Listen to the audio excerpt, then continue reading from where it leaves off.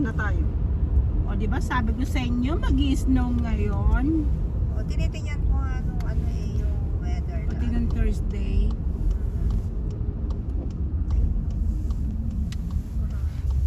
Dito yung yung bahay ng kasi sa Kaibigan kanya. Ay, yung pinakita mo? Yung hipag ko ba?